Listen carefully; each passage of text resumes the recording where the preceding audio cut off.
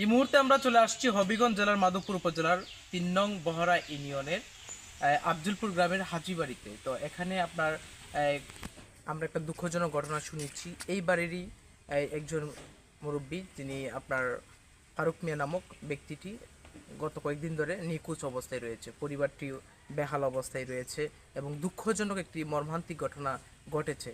তো আমরা আজকে সরেজমিনে ওনাদের বাড়িতে আসছি, ফারুক মিয়ার বাড়িতে আসছি, নিখোঁজ ফারুক মিয়ার বাড়িতে আসছি। ওনার পরিবার পরিজনের সাথে আজকে আমরা কথা বলবো, কিভাবে তিনি হারিয়েছেন বা কখন তার সঙ্গে কথা হয়েছেন বা বর্তমান কি অবস্থায় আছে বা ওনারা বর্তমানে কি পদক্ষেপ নিয়েছে। তা আমরা প্রথমেই কথা বলবো ফারুক সাহেবের ছেলের সঙ্গে, নিখোঁজ ব্যক্তি। তুমি কি ওনার কি হও, পরিচিত? আসসালামু আলাইকুম। আমার নাম হলো মোহাম্মদ আতিকুল ইসলাম। আমি ফারুক মিয়ার দ্বিতীয় ছেলে। আচ্ছা আচ্ছা। আর কিভাবে হারাইছে তোমার বাবা?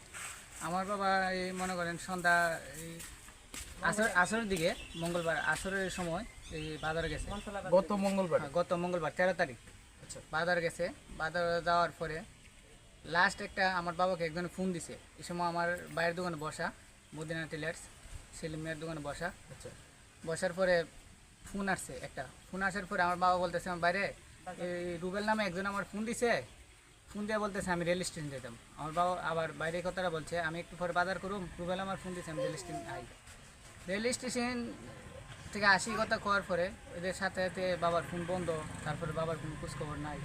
আবার সে আগের দিন আবার সোমবারে রুবেল আবার বলে দিছে আঙ্কেল আপনি নিয়ে এক জায়গায় যাবো এই। তারপরে ঠান্ডা উন্ডা খাওয়াইয়া বলতেছে আঙ্কেল আপনি নিয়ে এক জায়গায় যাবো, আপনি আমার সাথে একটু যাইতে দিব। এই কই যাইতে ওই গিলা তুলে দিতে যাবো আর কি, একটা জায়গা টাকা আছে এটা দেখাশোনা করার লেগে একটু যাবো, পরিদর্শন করার লেগে যাই। আচ্ছা, এখন বর্তমানে কি পদক্ষেপ নিয়েছো তোমরা?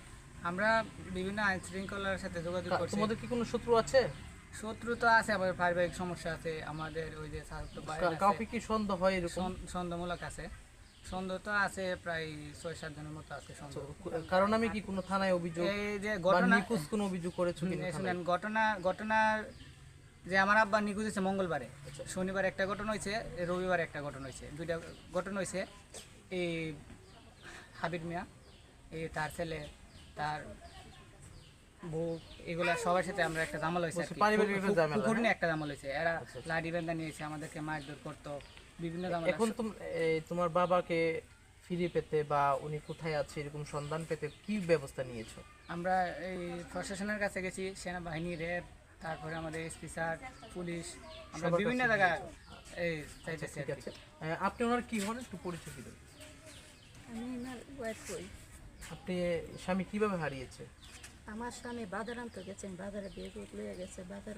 তারপরে আপনি আমার ছোটো ছেলে